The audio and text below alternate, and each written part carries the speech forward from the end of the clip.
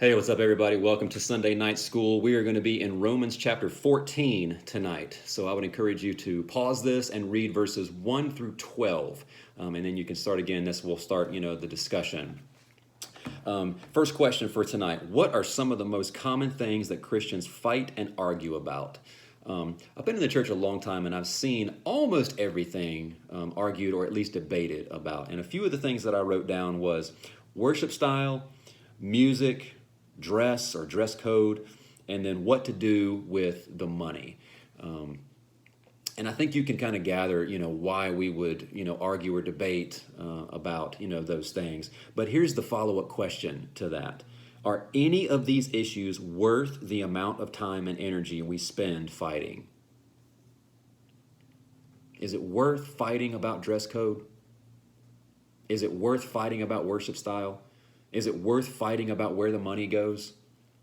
Most of the time, no. I would argue no, it's not worth the time. There's so many other things we could be involved with and be more productive in rather than fighting about something that is secondary, that's minuscule, that's small. But it does depend, okay? Because sometimes, people will give a large amount of money expecting it to go in one place or one ministry. And if it doesn't do that, then they'll raise the question. Or they might say, why didn't we save so we could get more or a better whatever? So sometimes it depends, but most of the time, no, it shouldn't matter. And we'll see why, I think, as we go further in the lesson. And you've probably gathered that if you paused and read what Paul wrote to us tonight. Next question. What does Paul indicate is more important than who is right and wrong in these disputes, these arguments? He makes it pretty simple for us. He basically says, sometimes there's two sides of the coin. You can believe this or you can believe this. And he basically says that God can bless both. So he says to his Christians in Rome, he basically says, which one can you honor God more by doing? Which one can you glorify God more by believing? Which one can you serve God more by participating in? That's basically what he is saying here. So to use the issues from earlier, how can you worship God better? By wearing a t-shirt and flip-flops? Or by wearing a button-up shirt and a collar? That's up to you, and that shouldn't be for anybody else to really judge. And I know I'm stepping on some toes and I'm being a little maybe arrogant in saying that, but that's how I interpret that passage right there. Are you telling me that God is only going to save somebody who's wearing a tie and a jacket to church? I don't believe that. I think we are to come as we are. Come dirty, okay? God will accept you just the way you are. Is he going to only accept worship that is out of a hymn book? Is he only going to accept worship that's contemporary? He created new music. He allowed musicians to write new songs that are based on Scripture. Are you telling me that he can't receive glory from those? I don't know. That's for you to decide. That's for you to land. Now, I get you like some more than others. You're more comfortable in one side or the other. But he basically says, which one can you worship him more with? Which one can you honor him with? Which one can you glorify him more with? That's the real question. Moving on to the next question. For what reason did Jesus die and rise again? The easy answer, the short answer, is that he died for you. And he died for me. He rose for you and he rose for me, which tells me that Jesus's focus was not on how we would dress. He says, his focus is on the person. His focus is on the individual. His focus is on people. It's not on the style of worship. He didn't die so that you could sing contemporary music all day. He didn't die so that you could dress a certain way, or that you had to dress a certain way. He died so that you could live. That's the issue. People are the priority. That should be our main focus. Not what color carpet, what color the walls, what size TV we should put in the fellowship hall.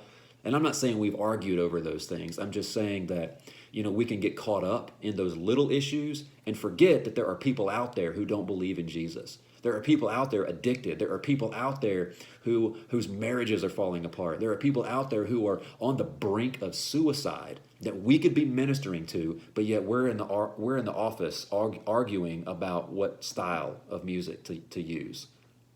Paul is saying we got to cut it out. There's a bigger issue. There's lives at stake. Jesus died for the world, for every person in it. We got to tell them about it.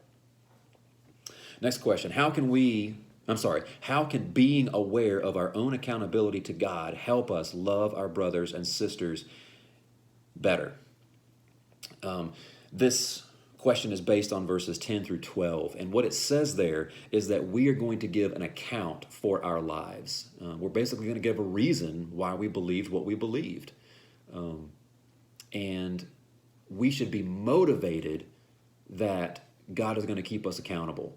We should be motivated that one day, we're going to stand before him and we're going to have to give a reason why we chose to dress the way we did. We're going to have to give a reason why we chose not to witness to that person. So we should be encouraged, motivated, and pushed forward by thinking, okay, God is going to be asking me why I didn't do this. I don't want to give him an embarrassing answer, so I'm just going to go ahead and do it. I'm going to go ahead and believe it. Last question. Rather than arguing with and judging one another on non-essential matters, what should we be doing instead? I would say one of two things. Either work together or get out of the way. And I'll use this example and then we'll close. Talking about mission trips. Some people think that going overseas is much more fulfilling, and it's what they're called to do. It takes them out of their comfort zone, and so they rely on Jesus a whole lot more while they're there. There's language barriers and there's culture barriers that just cause us to lean on Jesus all the more and to rely on him for the strength and the resources that we need to do the mission. And then there's other people who think that, well, no, we ought to stay right here at home. I mean, there's missions to do right here in our own backyard. And so sometimes these two groups can get in each other's way by saying, I'm not going to support you for going overseas because there's missions to do right here, and you shouldn't waste your money, you shouldn't waste your time, you shouldn't waste the whatever. And then the other group can say, well, no, you ought to come out of your little bubble, and you ought to go into some place that you've never been before and see the faces of the children. It's like you're getting in each other's way here. You're arguing about which one is better when Jesus died for the world. You can go overseas if you want. You can stay here if you want, because guess what? You're needed in both places. So the whole idea, behind this lesson is that we are all gifted and we're all called as Christians to serve, to love, to worship, but we're going to look different. We're going to look a little different. Nobody is cookie cutter. Nobody looks exactly the same as somebody else. And, I've said this before and I'll say it again. Just because somebody walks different than you, that doesn't mean they're not following Christ. They might do things a little different. They may believe things that are a little different.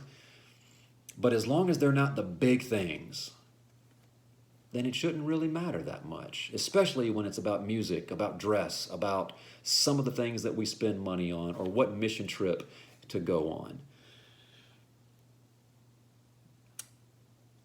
In closing, let me say this. It says in our passage today that one day we will all bow at the feet of Jesus. In other words, all Christians are going to arrive at the same spot, and it's going to be at the feet of Jesus, bowing down and worshiping him.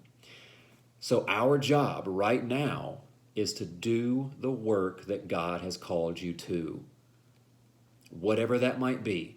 If it means wearing a t-shirt, wear your t-shirt. If it means staying here and doing missions, then do that. And don't get in each other's way. Support one another. Have a good week.